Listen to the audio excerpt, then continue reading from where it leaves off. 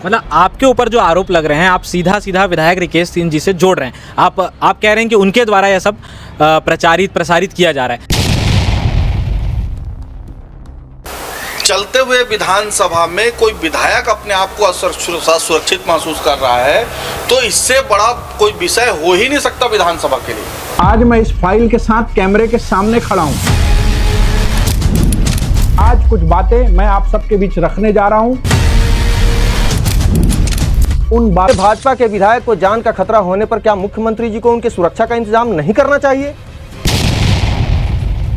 बोल दें कि रिकेश सिंह जो भी बोल रहा है वो गलत बोल रहा है, सुरक्षा का कोई मामला ही नहीं है, हम कुछ नहीं बोलेंगे। और या तो वो बोले कि इसमें जो भी जहां से भी उनको लग रहा है कि जो जिनके तरफ से भी उनको खतरा है उसके ऊपर कड़ी कार्रवाई शुरू होना चाहिए। मुझे खुद को व्यक्तिगत रूप से जान का खतरा नहीं है किसी के वीडियो आ जाने से। 7 मार्च को फाइल खुलने वाली थी, लेकिन क्या हुआ पता नहीं। राजनीति भूचाल तो नहीं आई। राजनीति भूचाल तो छोड़िए, जिस कुर्सी पर बैठे थे वह कुर्सी भी नहीं हिली। वो मेरे खिलाफ विधानसभा चुनाव लड़े थे और लगातार 2 साल से जो है वो अलग अलग वीडियो बना रहे थे। आश्चर्यचकित होने वाली बात यह है कि अफीम का मामला भी दुर्ग में ही पाया गया। विधायक को जान से मारने वाली फाइल भी दुर्ग में ही है।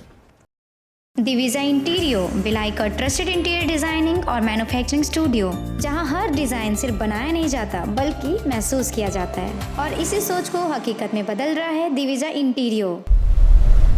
क्या आपने कभी सुना है शेर को अपने इलाके में जान का खतरा महसूस होने लगे? शेर तो आखिर शेर होता है। वैशाली नगर के विधायक रिकेश सिंह जी अपने इलाके के शेर माने जाते हैं।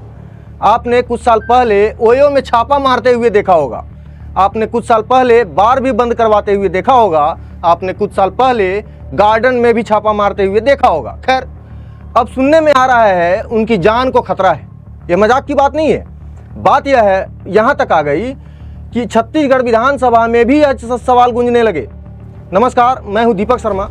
पूरी खबर को समझने के लिए 3 से 4 मिनट जरूर देखिए। आपने सोशल मीडिया और टीवी चैनलों के खबरों में भी देखा होगा, वैशाली नगर के भाजपा विधायक रिकेश सिंह जी को जान का खतरा है।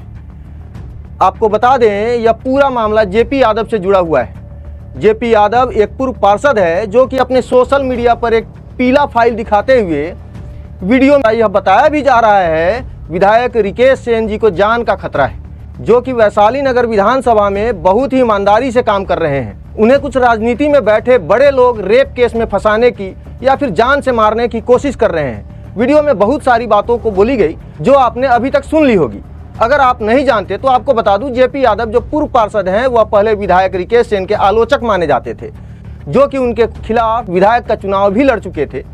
जब जेपी यादव के बारे में चर्चा हो रही है तो थोड़ा सा और आपको बता दें, अभी कुछ महीना पहले उनके ऊपर कुछ लोगों के द्वारा आरोप लगाया गया कि इन्होंने नौकरी दिलाने के नाम पर उनके साथ पैसे की ठगी की है। बाद में सुपेला में 420 की एफआईआर भी दर्ज हुई। हालांकि जयप्रकाश यादव इन सबको अपने खिलाफ साजिश बता रहे थे। उनका कहना था विधायक रिकेश सिंह के इशारे पर ही यह सब हो रहा है।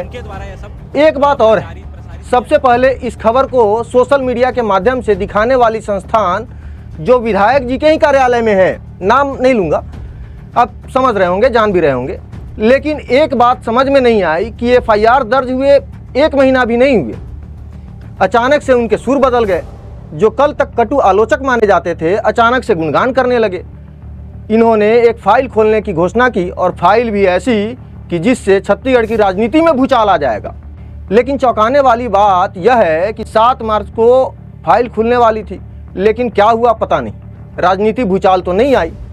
राजनीति भूचाल तो छोड़िए, जिस कुर्सी पर बैठे थे वह कुर्सी भी नहीं हिली। आपको बता दें, अभी विधानसभा सत्र चल रहा है। प्रश्नकाल के बीच भी चर्चा हुई। उमेश पटेल जी का जरा बयान सुन लीजिए। आप लोगों के मीडिया के माध्यम से हमको पता चला कि उन्होंने ये स्टेटमेंट दिया है कि उनके जान को खतरा है, और विधानसभा चलते वक्त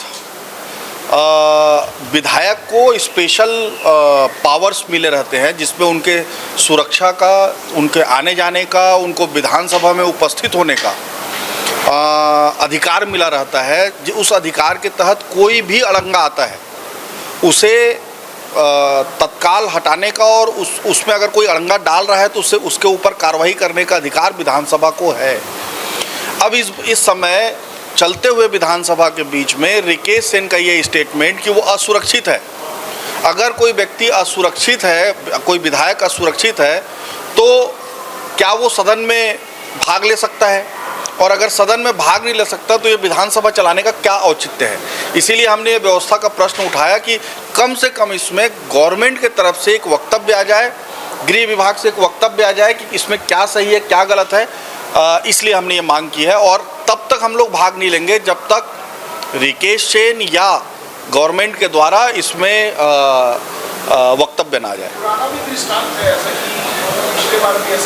ऐसा प्रकरण पहले भी आ चुका है विधानसभा में, जिसमें माननीय सदस्य के सुरक्षा की बात हुई थी, तब गृह विभाग के द्वारा वक्तव्य दिया गया था।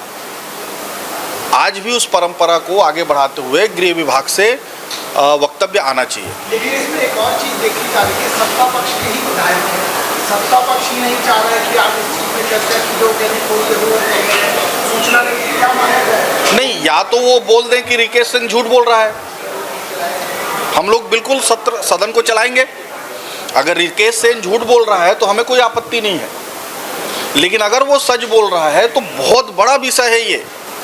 चलते हुए विधानसभा में कोई विधायक अपने आप को असुरक्षित महसूस कर रहा है तो इससे बड़ा कोई विषय हो ही नहीं सकता विधानसभा के लिए। सत्ता पक्ष का उत्तर न देना या सहयोग न करना उसी दिशा में जा रहा है। बिल्कुल, या तो वो बोल दें कि रिकेश सेन जो भी बोल रहा है वो गलत बोल रहा है, सुरक्षा का कोई मामला ही नहीं है, हम कुछ नहीं बोलेंगे।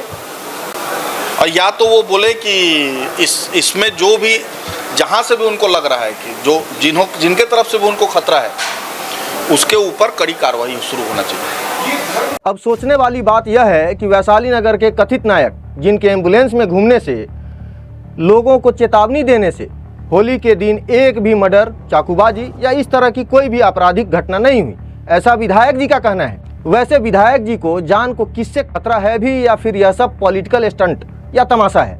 खैर, यह तो तभी पता चलेगा जब जयप्रकाश जी की पीली फाइल खुलेगी। प्रदेश में भाजपा की सरकार है, केंद्र में भी भाजपा की सरकार है। ऐसे में भाजपा के विधायक को जान का खतरा होने पर क्या मुख्यमंत्री जी को उनके सुरक्षा का इंतजाम नहीं करना चाहिए? क्योंकि यह दुर्ग जिले का मामला है, तो भारतीय मीडिया जिले के कप्तान से भी अपील करता है कि अगर जयप्रकाश जी की पीली फाइल कहीं खो गई है तो ढूंढने में उनकी मदद करें। यदि फाइल फर्जी निकली तो कड़ी से कड़ी कार्रवाई भी करें, क्योंकि यह एक कथित नायक को जान से मारने की कोशिश, यौन शोषण में फंसाने की कोशिश जैसे भ्रामक और लोगों को गुमराह या छत्तीसगढ़ के शिक्षाधानी भिलाई के लोगों को भयभीत करने का भी प्रयास किया जा रहा है। आजकल वह हो रहा है जो छत्तीसगढ़ में कभी नहीं हुआ, जैसे कि अफीम का मामला भी दुर्ग में ही पाया गया। विधायक को जान से मारने वाली फाइल भी दुर्ग में ही है। खैर, होने को कुछ भी हो सकता है। आगे इस खबर पर आप क्या सोचते हैं, हमारा कमेंट बॉक्स आपका इंतजार कर रहा है। आप कमेंट जरूर करें, वीडियो को शेयर जरूर करें, साथ ही साथ कप्तान साहब के पास भी इस वीडियो को पहुंचाने का प्रयास करें। माननीय मुख्यमंत्री जी से मेरी बातचीत हो चुकी है, संवाद हो चुका है, कार्य संसदीय मंत्री जी से मेरी मुलाकात और बात हो चुकी है, गृह मंत्री जी को मैंने सारा विषय बता दिया है। तो मुझे नहीं लगता कि अब ये कोई बड़ा विषय है। वीडियो लोग बनाते हैं और वीडियो क्यों बनाया, किस लिए बनाया, और उसका कहना है कि मैं वो जो पूरा विषय है वो मैं माननीय मुख्यमंत्री जी को दूंगा। वीडियो करता ने ये बात को बताया है। देखिए, माननीय भूपेश बघेल जी ने भी ये बात कल कहा कि किसी ने वीडियो जारी किया है और ये विधायक की सुरक्षा से जुड़ा हुआ मामला है। और मैंने, जब मुझे खुद को व्यक्तिगत रूप से जान का खतरा नहीं है, किसी के वीडियो आ जाने से ऐसे कई वीडियो जारी होते हैं अचानक, जैसे आप लोग देखते होंगे कहीं पे बम की अफवाह उड़ती है कि यहाँ पे बम रखा हुआ है लेकिन बम मिलता नहीं है, तो इसका मतलब उस परिसर में हम जाना नहीं छोड़ते हैं। वो व्यक्ति जो है जाके माननीय मुख्यमंत्री जी को और संगठन को जो है वो बता दे और उसके बाद मैं इस पर कोई संज्ञान नहीं लूँगा। हाँ, हमारी पार्टी के थे, वो मेरे खिलाफ विधानसभा चुनाव लड़े थे और लगातार 2 साल से जो है वो अलग अलग वीडियो बना रहे थे। आश्चर्यचकित होने वाली बात यह है कि अचानक जो है मेरी सुरक्षा को लेकर उसने वीडियो बना दिया। ये चर्चा का विषय प्रदेश